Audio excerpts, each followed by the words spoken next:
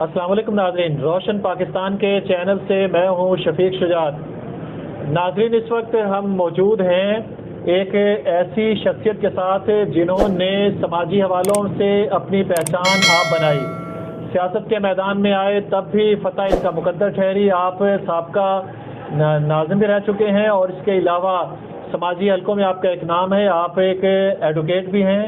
اور دوستوں کے دوست ہیں، ہمدرد ہیں، بہت ہی اچھے انسان ہیں۔ ہمارے ساتھ موجود ہیں محترم ذوالفقار علی قادری صاحب۔ آج ہم ان سے گفتگو کریں گے۔ حجرہ شاہ مقیم کی پہچان ہے، جہاں بھی جب بھی ذوالفقار علی قادری کا نام لیا جائے گا تو یقیناً ہر بندہ حجرہ شاہ مقیم میں ان کی شناخت کر سکتا ہے کہ میں انہیں جانتا ہوں۔ تو آئیے بات کرتے ہیں محترم ذوالفقار علی قادری صاحب سے۔ السلام علیکم سر۔ وعلیکم السلام جی۔ اچھا سر، آپ کے نام کے ساتھ لفظ قادری یوز ہوتا ہے جی، یہ قادری سے کیا مراد ہے؟ اس کی بیک گراؤنڈ یہ ہے کہ اگر کوئی شخص مکہ میں رہتا ہے تو اپنے نام کے ساتھ مکی لکھوا سکتا ہے، لکھواتے بھی ہیں۔ مدینہ شریف میں رہتا ہے تو مدنی کہلواتا ہے۔ اسی طریقے سے غزنوی میں کوئی رہتا ہے تو سلطان محمود غزنوی کہلواتے ہیں۔ صحیح۔ اسی طرح بعض لوگ اپنی فیملی بیک گراؤنڈ کی وجہ سے محمد علی جناح ان کی فیملی کی وجہ سے ان کے ساتھ نام ہے۔ تو میرے ساتھ یہ قادری کی جو نسبت ہے وہ میرے شیوخ ڈاکٹر طاہر القادری صاحب اور سیدنا طاہر علاء الدین القادری الگیلانی البغدادی،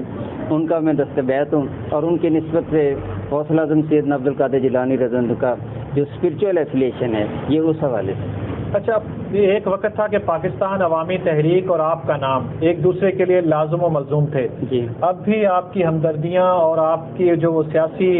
ساری بیک گراؤنڈ اور موجودہ جو حالات ہیں وہ بھی عوامی تحریک کے ساتھ ہی ہیں؟ الحمدللہ اس میں عوامی تحریک کے مختلف فیزز چلتے رہے،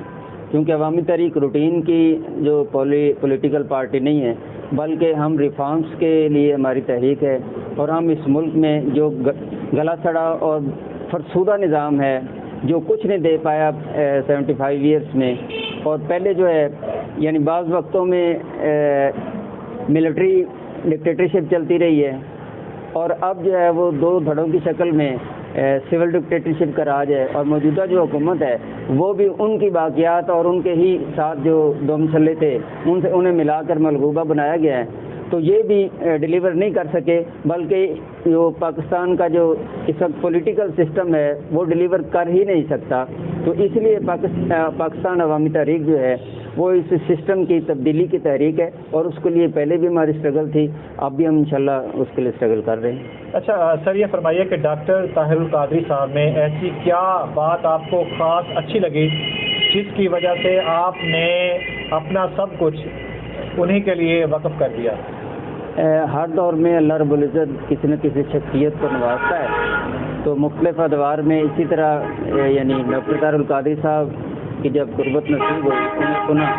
تو ایک تو یہ ہے کہ وہ کسی فرقہ پرستی کے قائل نہیں ہیں، وہ پوری مسلم امہ کا سوچتے ہیں۔ سیکنڈ یہ کہ یعنی ہر حوالے سے، دینی حوالے سے اور دنیاوی حوالے سے الحمدللہ ان کے پاس جو علم ہے، شعور ہے، فکر ہے، اس سے وہ نہ صرف پاکستان بلکہ پوری دنیا کی آبیاری کر رہے ہیں۔ تو اس حوالے سے بھی ان کا جو نقطہ نظر ہے، ان کی جو فکر ہے، اس کی وسعت کے پیش نظر یعنی اور باقی جو ان کی کوالٹیز ہیں، ان کے پاس تھوڑی دیر بھی بیٹھنے سے بندہ جو ہے وہ اپنے لیے کچھ نہ کچھ حاصل کرتا ہے، اور ڈاکٹر صاحب کی نسبت کی وجہ سے، انہیں سننے کی وجہ سے، ان کی خدمت میں بیٹھنے کی وجہ سے اللہ کا شکر ہے کہ انسان کے اپنی روحانی اور اپنی جو انٹرنل جو اس کی یعنی نفوس کی کا تزکیہ ہے، صفائی ہے، قلب کی صفائی ہے، پھر اس کے ساتھ ساتھ آپ کے دنیاوی معاملات ہیں، آپ نے سوسائٹی میں زندگی کس طرح گزارنی ہے، پرامن شہری کس طرح بننا ہے، اور امت مسلمہ کے لیے ایک جوہر قابل کے طور پہ کس طرح آگے بڑھنا ہے، تو یہ ساری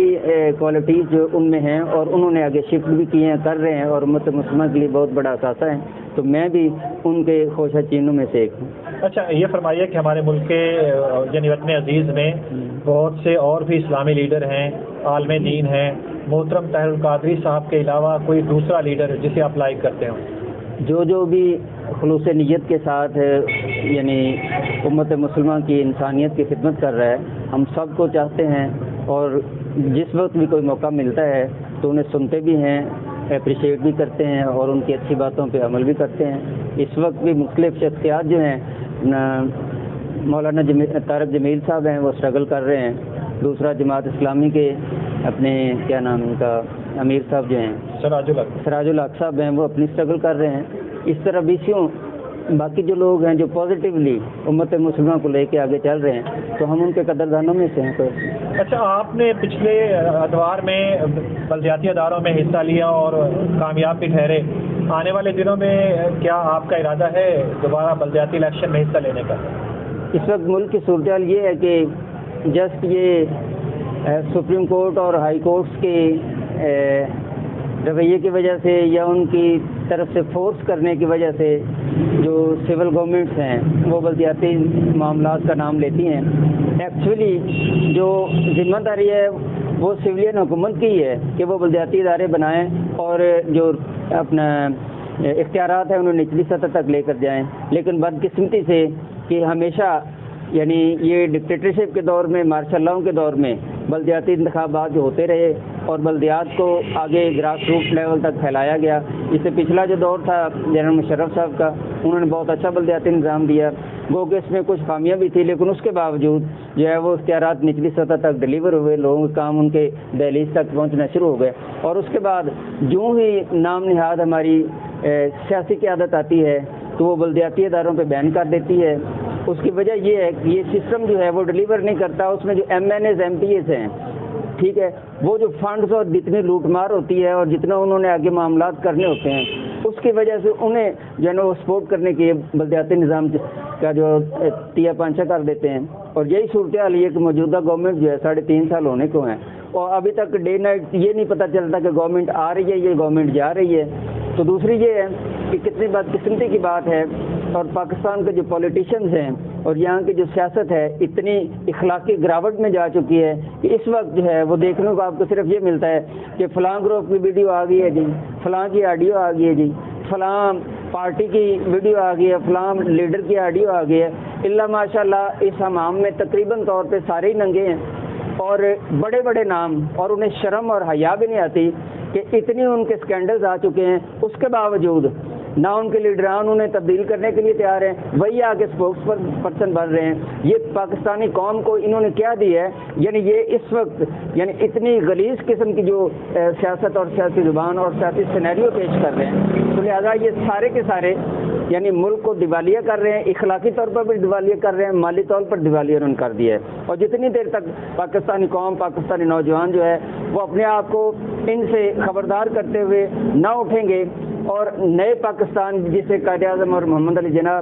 اور علامہ اقبال نے جس کا خواب دیکھا تھا وہ شرمندہ تعبیر ہوتا ابھی تک تو نظر نہیں آیا، لیکن مایوسی بھی گناہ ہے. تو آگے اپنی اسٹرگل کرنی چاہیے اور ایک نئے پاکستان جس میں نیا آئین ہو، نیا قانون ہو،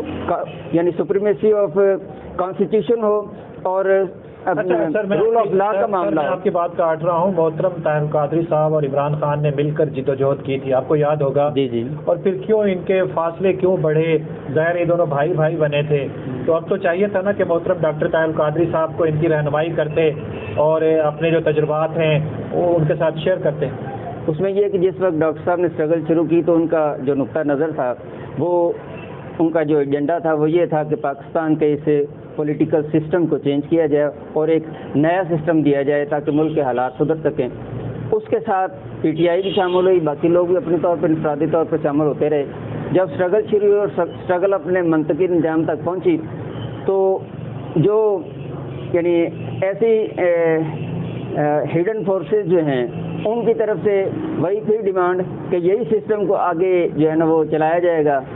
تو اس کے ساتھ وہ شرائط، دیگر معاملات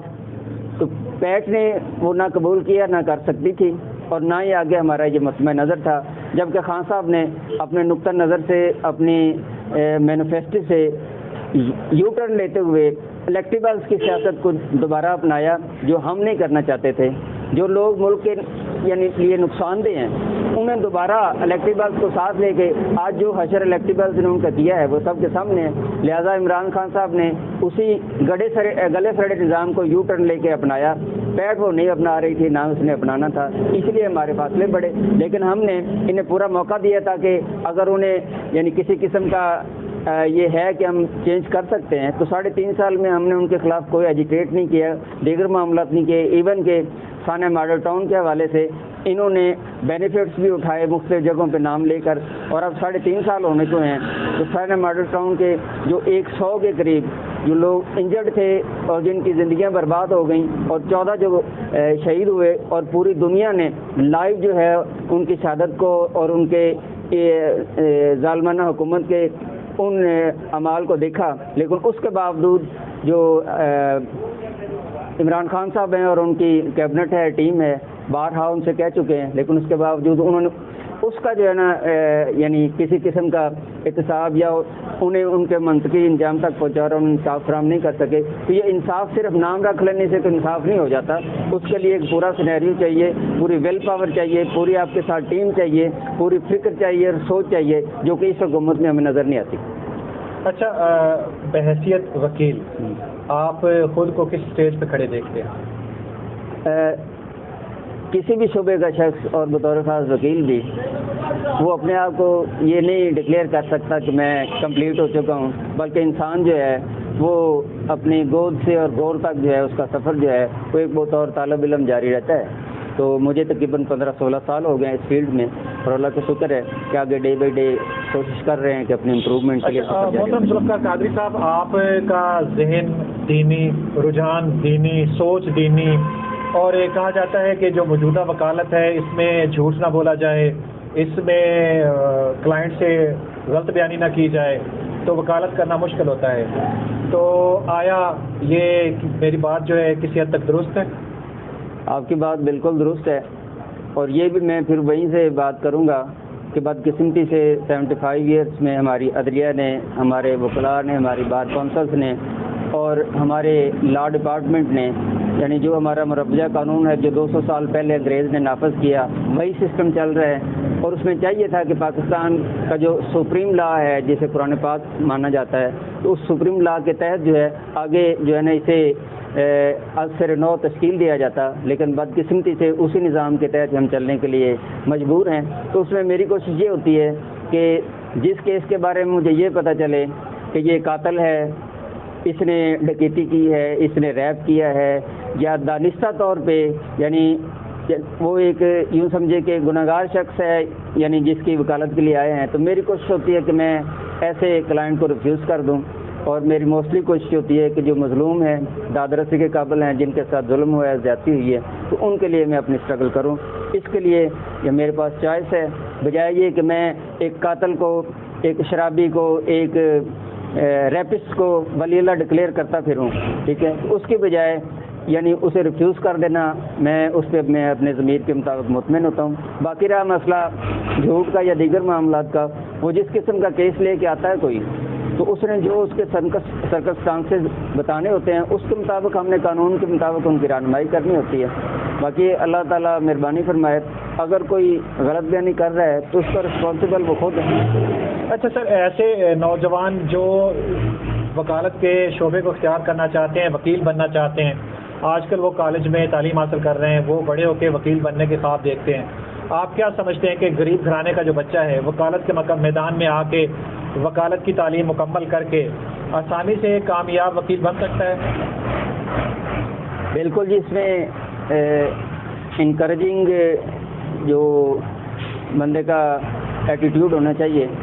اور جو نوجوان بھی اس فیلڈ میں اسٹرگل کر رہے ہیں اور اپنے آپ کو مستقبل میں وکیل دیکھنا چاہتے ہیں،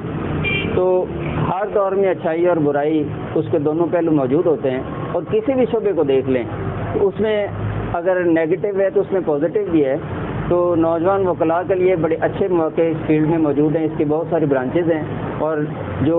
قابل نوجوان ہیں اور اپنے آپ کو پیورلی جو ہے نا وہ پروفیشن کے حوالے سے آگے پروموٹ کرنا چاہتے ہیں، تو وہ ضرور اس میں کامیاب ہو سکتے ہیں، اور جو قابلیت ہے اس کا کوئی الٹرنیٹ نہیں ہے، اس کا کوئی جو ہے وہ نہیں ہے کہ آپ اسے جو ہے ڈینائی کر سکیں۔ قابل لوگوں کے لیے ہر وقت ہر جگہ پہ گنجائش موجود ہوتی ہے۔ اچھا سر، وکالت کے شعبے میں آپ کی پسندیدہ پرسنالٹی؟ اس میں پیچھے احسن ظفر صاحب تھے، بہت اچھی پرسنالٹی تھی پاکستان کی، تو انہیں میں لائک کرتا ہوں۔ اچھا، احسن ظفر صاحب میری معلومات کے مطابق تو نون لیگ سے تھے غالباً؟ وہ ان کا اپنا پرسنل ایپلیکیشن کا ہر ایک بندے کو اختیار ہے، وہ کس کے ساتھ کسی کے ساتھ بھی ہو سکتا ہے، ڈونٹ میٹر۔ ان کے بیٹے علی ظفر ہیں تو وہ اس وقت پی ٹی آئی کے ساتھ ہیں، تو اس میں کوئی مسئلہ نہیں، ان کی اپنی لائکنگ ہے جس کے یعنی آپ نے حیثیت وکیل ہونے لائق کیا؟ حیثیت وکیل، وہ بہت بڑی پرسنالٹی تھی ہمارے اس دور کی، تو اس حوالے سے میں انہیں لائک کرتا ہوں۔ اس وقت جو ہیں اپنا بیرسٹر اعتزاز احسن صاحب جو ہیں، وہ ہمارے پاکستان میں بہت بڑا نام ہے اور بہت سینئر لائرز ہیں، ان کی بھی پرسنالٹی اور ان کا جو اپنا انداز ہے اور ان کی خدمات ہیں وہ بہت اچھی۔ سر آپ کو 15-16 سال ہو گئے وکالت کرتے کرتے،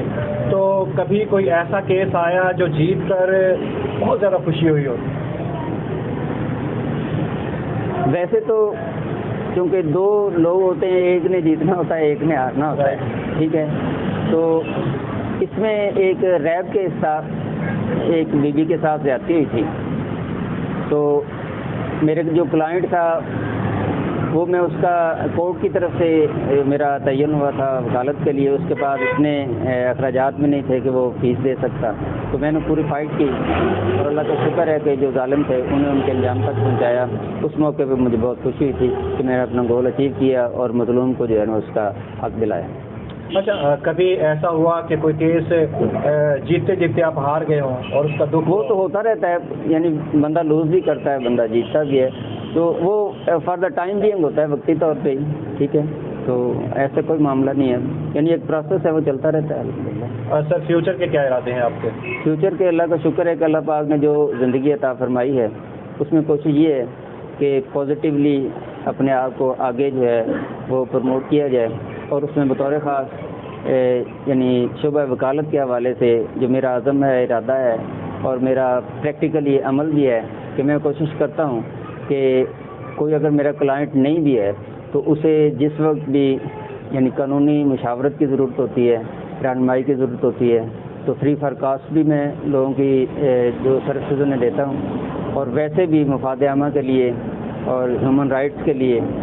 اور عوام الناس کی بہتری کے لیے اپنی جو اسٹرگل ہے وہ آگے جاری ہے الحمدللہ اور جاری رہے گی۔ آگے کوشش کرتا ہے بندہ کہ اسے یعنی اچھے سے اچھے طریقے سے آگے پروموٹ کرے۔ سر یہی بات میں پوچھنا چاہ رہا تھا، اپنی گفتگو میں آپ نے بتا دیا کہ اگر کوئی غریب ایسا کلائنٹ آ جاتا ہے جس کے پاس فیس وغیرہ نہیں ہوتی، تو آپ اس کی ہیلپ کرنے کے لیے اگر آپ سے رابطہ کرتے ہیں؟ ہاں، آپ تشریف لائیں تو ابھی کل ہی ایک بی بی آئی تھی، پروین بی بی تھی، تو یہاں پہ ڈسٹرکٹ اوکاڈا میں ان کے بھائی ہیں 4، تو اس کے حصے کی جو جائیداد اس کے نام آ رہی تھی، تو ان بھائیوں نے اپنی اپنی زمینیں تو تقریباً طور پہ سیل آؤٹ کر دی ہیں۔ اس بی بی کی شادی یہاں پہ جو ہے شام 3 میں ہوئی ہے، کل وہ بیچاری روتی ہوئی آئی اور آ کے انہوں نے کہا جی کہ میرا یہ پرابلم ہے۔ میں نے پوچھا جی کیا پرابلم ہے؟ انہوں نے کہا جی میری جو وراثتی جائیداد ملی تھی، میرا فلاں بھائی جو ہے وہ مجھے دھمکیاں دے رہا ہے، فون پہ متعدد بار اس نے دھمکیاں دی ہیں کہ تم نے ہمارے گاؤں میں نہیں آنا تاکہ میں اس کا ٹھیکہ نہ لے سکوں، آگے جو ہے نا وہ پٹے پہ نہ چڑھا سکوں، تو وہ مجھ سے متعدد بار چھیننے کی کوشش کی اس نے۔ اور کل میری ضعیف والدہ جو ہے وہ گھر میں اکیلی رہتی ہے، 4 بھائی اپنی اپنی فیملیز کے ساتھ علیحدہ رہ رہے ہیں، اور اس کے نام بھی 3.5 ایکڑ زمین ہے، اور ان کی کوشش یہ ہے کہ یہ جلدی سے جلدی فوت ہو تاکہ وہ زمین ہتھیا سکیں۔ تو کل میں والدہ کی خبر گیری کے لیے گئی تو بھائی نے آ کے مجھے شدید ترین تشدد کا نشانہ بنایا، اور اس کے بعد والدہ صاحب کا مجھے خطرہ ہے کہ کہیں اسے بھی جو ہے نا مار نہ دیں۔ اچھا، تو انہوں نے آ کے اپنے سارے معاملات بتائے، تو وہ دینا چاہ رہی تھی، مجھے فی بھی دینا چاہ رہی تھی، لیکن اللہ کا شکر ہے کہ میں نے ریفیوز کیا۔ میں نے کہا جی آپ کی ہر حوالے سے جو سروسز ہیں آپ کو دینے کے لیے، یعنی وہ چاہے پولیس اسٹیشن کی ہوں، چاہے اپنا کورٹس کی ہوں، چاہے پنچایت کی ہوں، جس حوالے سے بھی ہوں، اس میں ہم جو کچھ کر سکتے ہیں وہ آپ کے سروسز کے لیے حاضر ہیں۔ اور وہ یہاں سے سیٹسفائی ہو کے گئی۔ آگے انہوں نے دوبارہ کانٹیکٹ کرنا ہے تو میں انشاءاللہ کوشش کروں گا تو ان کی ہر حوالے سے دادرسی کر سکوں۔ اسی طرح بے شمار معاملات چلتے رہتے ہیں الحمدللہ۔ سر آپ کا نام ہے، آپ کی پہچان بھی ہے، لوگ آپ کو جانتے بھی ہیں، آپ اچھا بولتے بھی ہیں، تو کیا وجہ ہے کہ جو بار کے الیکشن ہوتے ہیں آپ اس میں بار کی نمائندگی نہیں کرتے یا اس میں حصہ نہیں لیتے؟ اس کی وجہ ہے کوئی خاص؟ جی، اس کی وجہ خاص یہ ہے کہ جو کرپٹ سسٹم جو ہے یا کرپٹ پریکٹسز جو ہیں وہ ہماری پولیٹکس میں ہیں، اس سے زیادہ کرپٹ پریکٹسز جو ہیں وہ ہماری بار میں اس وقت شفٹ ہو چکی ہیں، اور عموماً طور پہ بارس میں جو نمائندے منتخب ہوتے ہیں وہ روٹین کے عموماً طور کی بات کر رہا ہوں، کوئی ایک آدھا کیس چھوڑ کے وہ کوئی روٹین کے پروفیشنل وکلا نہیں ہوتے، بلکہ وہ یوں سمجھے کہ ان کا جو بیک گراؤنڈ ہے یا تو ذمہ دار کا بیک گراؤنڈ ہے یا بزنس مین کا بیک گراؤنڈ ہے، اور وہاں پہ ہمارے جو ریل پیل ہے پیسے کی، وہ اس وقت تقریباً 50 لاکھ سے زائد کا جو اخراجات ہیں جو انہوں نے انفیئر مینس کے حوالے سے خرچ کرنے ہوتے ہیں باہر میں، ٹھیک ہے، مختلف طریقوں سے وہ خریدے بھی جاتے ہیں۔ ڈیلی بیسس پہ لوگوں کو چٹیں اور پرچیاں ملتی ہیں وی آئی پی ہوٹل سے کھانا منگوانے کی، اس کے بعد کھانے ہوتے ہیں، ٹی پارٹیاں ہوتی ہیں، فنکشنز ہوتے ہیں، دیگر معاملات ہوتے ہیں، تو اس میں پانی کی طرح پیسہ بہایا جاتا ہے، اور وہ سارا کچھ اخراجات کر کے تو دوسری سائڈ پہ ایک بندہ ایک نظریے کو لے کے کھڑا ہے اور ایک اپنے کردار کو لے کے کھڑا ہے، ایک پازیٹیوٹی کو لے کے کھڑا ہے۔ تو جس طرح کے حالات ہیں اس طرح کے حالات میں جو چوائس ان کی ہوتی ہے اس وقت اللہ ماشاء اللہ وہ انہی لوگوں کے حوالے سے ہوتی ہے۔ اور جب وہ لوگ آج پھر یہ کہ مختلف گروپس ہیں، چھوٹے چھوٹے گروپس ہیں، انہیں مختلف بینیفٹس کے ذریعے خریدا جاتا ہے۔ تو ضمیر کے مطابق ووٹ جو ہے وہ تقریباً طور پہ وہی کلچر ہے جو ہماری دوسری پولیٹکس میں ہے، اسی طرح کا کلچر ہمارے ہاں بھی ہے۔ تو اس میں تمام ہر قسم کی دھاندلی کے معاملات بھی اپنائے جاتے ہیں۔ اس میں پولیس کو، اس کے ہائی آفیشلز کو بھی استعمال کیا جاتا ہے، اس میں ججز جو ہیں وہ ان سروس ہیں یا ریٹائرمنٹ والے ہیں، ان کے ایفیلیشن کے جو وکلاء صاحبان ہوتے ہیں انہیں بھی استعمال کیا جاتا ہے۔ ہمارے بار کے الیکشن میں پوری کی پوری تحصیل کے جتنے M N As M P As ہیں وہ سارے انوالو ہوتے ہیں پریکٹیکلی، کہ یہ فلاں بندے کا دھڑا ہے، اس کے دھڑے کے جتنے وکیل ہیں انہوں نے گائیڈ دینی ہے تو فلاں کو آپ نے ووٹ دینے ہیں، تاکہ وہ ہر ایک نے اپنا کل کو کام نکلوانے کے لیے اپنا ہاتھ اوپر رکھنا ہوتا ہے۔ تو ایسے حالات میں یعنی ایک بندہ جو فری اور فیئر الیکشن چاہتا ہو یا جو ایک پازیٹیوٹی کے ساتھ آگے چلنا چاہتا ہو، تو میں سمجھتا ہوں کہ اس کے لیے یہ دروازے بند ہیں، اور اس کی جو اسٹرگل ہے یعنی ہم کوشش اپنی کرتے رہتے ہیں، لیکن اس کے باوجود الیکشن جیتنا اسی نے ہوتا ہے کہ وہ جیتنے والا جو گھوڑا ہوتا ہے جس نے مال لگانا ہے اور اس نے کل کو اسی نے کمانا ہے۔ تو یہ ایک کلچر ہر جگہ پہ ڈیولپ ہو چکا ہے، یہاں سے لے کے سپریم کورٹ تک یہی صورتحال چل رہی ہے۔ سپریم کورٹ کے ہمارے جو الیکشن ہوتے ہیں اس میں بھی سارے جان کو پتہ ہے کہ ایک ایک ووٹ جو ہے وہ کتنے میں بکتا ہے اور کتنے میں خریدا جاتا ہے۔ یہ کوئی ایسی ڈکی چھپی بات نہیں ہے۔ کرپشن نے ہمارے تمام اداروں کو دیمک کی طرح چاٹ لیا ہے، اور اس میں پچھلے دنوں جو تجزیات آئے ہیں اور انٹرنیشنل رپورٹس آئی ہیں کہ سب سے زیادہ کرپشن جو ہے وہ عدلیہ کے ریلیٹڈ ہے اور پولیس کے ریلیٹڈ ہے، یعنی سارے کا سارا بوجھ جو ہے وہ آ کے غریب عوام پہ پڑتا ہے ہر ایک کا۔ تو لہٰذا جتنی دیر تک پاکستان میں اس کرپشن کا اور احتساب کا معاملہ درست نہیں ہوگا اتنے تک ہماری جو قوم ہے یا ہماری ملت ہے یا عوام ہے وہ خوشحال نہیں ہو سکتی، اور اس کے لیے ایک روٹین کے جو الیکشنز یہ اس کا حل نہیں ہے، اس کے لیے ایک بڑی سرجری کی ضرورت ہے جس کے لیے ہم اسٹرگل کر رہے ہیں۔ اچھا سر، انسان بیسیکلی خامیوں اور خوبیوں کا مرکب ہے، تو آپ کو کس قسم کے لوگ جو ہیں وہ اچھے نہیں لگتے؟ جھوٹ بھی بولتے ہیں کچھ لوگ ظاہر ہے اپنا گندے کام کرتے ہیں، کچھ لوگ کرپشن کرتے ہیں، ایسی کون سی خامی ہے جو آپ کو بالکل زہر لگتی ہے؟ کوئی ایک خامی جو بالکل آپ نہیں پسند کرتے؟ اس میں یہ ہے کہ میرا چونکہ اٹھنا بیٹھنا صوفیہ اور آل اللہ کے ساتھ رہا ہے، اور ان کی جو تعلیمات ہیں، جو قرآن پاک کی تعلیمات ہیں، حضور صلی اللہ علیہ وسلم کی حدیث پاک جو ہے کہ تم اپنے مسلمان بھائی کی مدد کرو چاہے وہ ظالم ہے یا مظلوم۔ صحیح۔ تو صحابہ نے پوچھا کہ یا رسول اللہ صلی اللہ علیہ وسلم مظلوم کی تو ہم مدد کریں تو ظالم کی کس طرح مدد کریں؟ تو آپ نے فرمایا کہ اسے اس کام سے روکنا، ٹھیک ہے، یہ اس کی مدد۔ تو اس پوائنٹ آف ویو سے میرا جو فکر ہے، میری سوچ ہے یا میرا عمل ہے، اس کے یعنی اس حوالے سے پھر یہ ہے کہ ایک اگر بندہ برا ہے تو اسے برا سمجھ کے سارے اسے حقیر سمجھ رہے ہیں، تو پھر اس کی اصلاح کس نے کرنی ہے؟ لہذا وہ جو برا ہے وہ آپ کے حسن سلوک کا زیادہ مستحق ہے، تاکہ آپ اس کے قریب ہو کے اسے اسٹیپ بائی اسٹیپ جو صوفیہ کا طریقہ کر رہا ہے اس کے مطابق جو ہے نا وہ اسٹیپ بائی اسٹیپ جو ہے اسے آپ جو ہے نا خیر کی طرف لے کے آئیں۔ تو اس حوالے سے میں سمجھتا ہوں کہ ٹھیک ہے، اللہ تعالیٰ ہر ایک کو معاف فرمائے۔ میں اپنے آپ کو بھی بہت بڑا جو ہے وہ متقی پرہیزگار نہیں سمجھتا، ہم میں بھی خامیاں ہیں۔ اسی طرح میں یہ نہیں سمجھتا کہ لوگوں کی خامیوں کو میں گننے میں نہیں بیٹھ جاتا، بلکہ میں اپنے اندر کی خامیوں کو پہلے تلاش کرتا ہوں اور باقی لوگوں کے لیے پازیٹیو جو یعنی ان کی اصلاح کی جانی چاہیے اسٹیپ ٹو اسٹیپ، اپنی اصلاح پہلے اور پھر ان کے حوالے سے سوچا جائے۔ اچھا سر، حلقہ پی پی 184 جی، بی بی سعیدہ جگنو محسن، ان کی ظاہر 3.5 سال ہو گئے، ان کی کارکردگی سے آپ کس حد تک مطمئن ہیں؟ بی بی جگنو محسن صاحبہ کو نہ صرف میں نے بلکہ ہمارے اس حلقے کے میکسیمم عوام نے بڑی امیدوں کے ساتھ اور بڑی چاہتوں کے ساتھ وہ منتخب کیا تھا۔ ان کے لیے بہت بڑی اسٹرگل کی گئی تھی تاکہ اس حلقے میں کوئی چینج آ سکے اور لوگوں کے حالات بہتر ہو سکیں، لیکن اس میں جو